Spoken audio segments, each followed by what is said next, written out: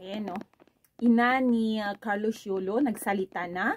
At panoorin nyo po yung video na ito. At patapusin nyo lahat bago kayo mag-comments. Ayan. Tara guys, panoorin natin yung video ito. Kung gusto niya magbenta, para magbenta mo, okay lang, wala nang problema. Hahanapan ng bayan, whatever, diba? Yun lang, ano ba ka din surrender niya yung passbook saan po? Hindi ko siya surrender. Sinurrender ko siya ba na actually? Binibigay ko sa kanya, kay Kaloy. Yung passbook niya, diba? Gagawin ko ba yun, diba? Passbook niya, yung sa kanya nakapangalan. Pwede yung ATM card niya, bibigay ko na yung ID niya doon na yung tin-ID niya, na ako nagpagawa, ay nandoon din. Tapos yung mga resibo ng BDO Life niya, ang Unipaid, plus yung Sun Life. Ay, bakit po binibigay niya nasa Paris pa siya? Hindi na po ba siya nalilito? Matagal ko na yung binigay. Parang way back 2020. Alas, parang sinasabihin ko na ibigay niya na sa kanya. Binigay, wala na hawak na dokumento. Pero kasi, since hindi naman niya kinuha, kasi ang sabi niya, alam ko na. So, paano mo malalaman, hindi mo tinignan yung mga resibo na nandito? Diba? Alam mo na, oo, alam mo na maraming withdrawal sa land bank, pero hindi mo alam kung saan dinala yung pera. Yun yung punto. Hindi mo kasi tinignan. Na naka-itemize lahat yun. Tapos, parang, ano ko ba naalala itong resibo na ito? Money online. Nasa, parang sa 100,000 sa isang araw. Kaya doon lahat yung pumasok sa so ano, ang gusto nyo lang ni Managing dito is wala na kayong hawak na any ATM, any document, or any financial documentos ni wala na akong hawak.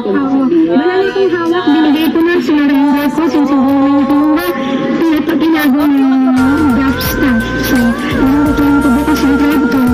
Ano din, evidence siya din, nakita yung mga pagpatuloy na.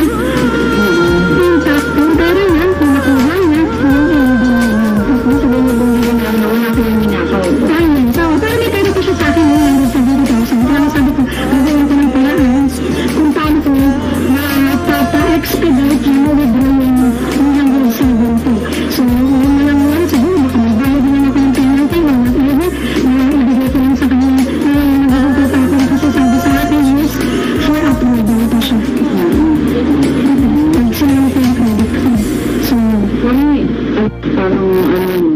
kasi ito medyo, financial, so, ayaw mo lang react. Umulat nga ng comment.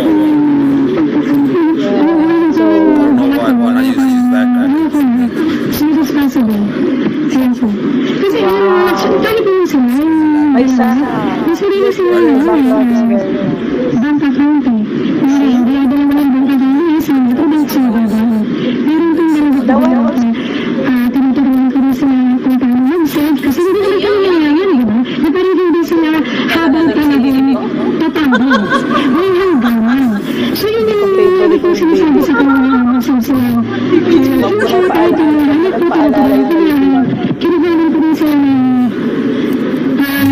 insurance para at least pagdating ng araw kung may kumikita na sila pagdating mo na nakihiling na ano yung hinahanap ko sa kanila kahit mo meron lang yung insurance mo yung sa full account ko na pinagawa ko sa kanila kasi sa apat na pangin bago ko pinagawa sa kanila namatulog ko ng mga radyo o gusto mo pero for the record masama pa rin masama yung loob ko siyempre gagawin pa yun sabihin ka mag-account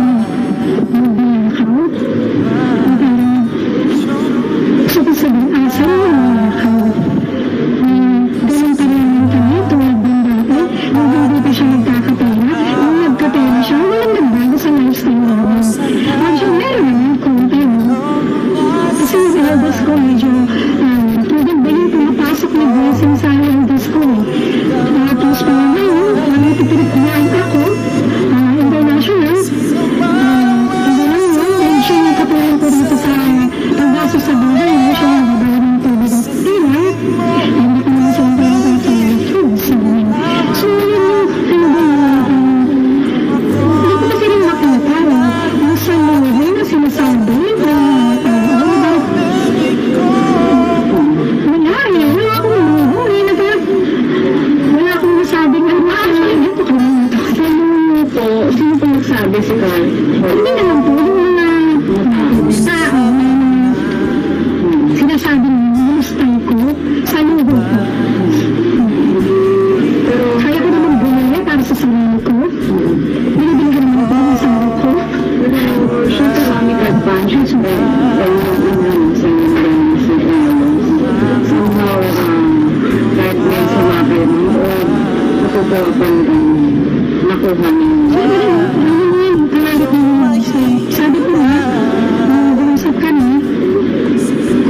siya?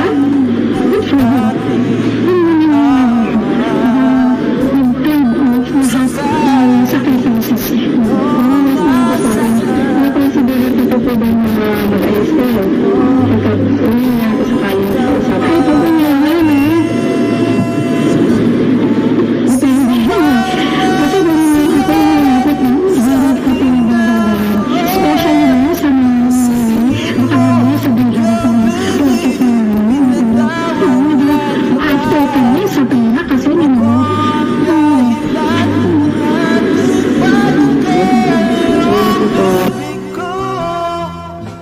Tahu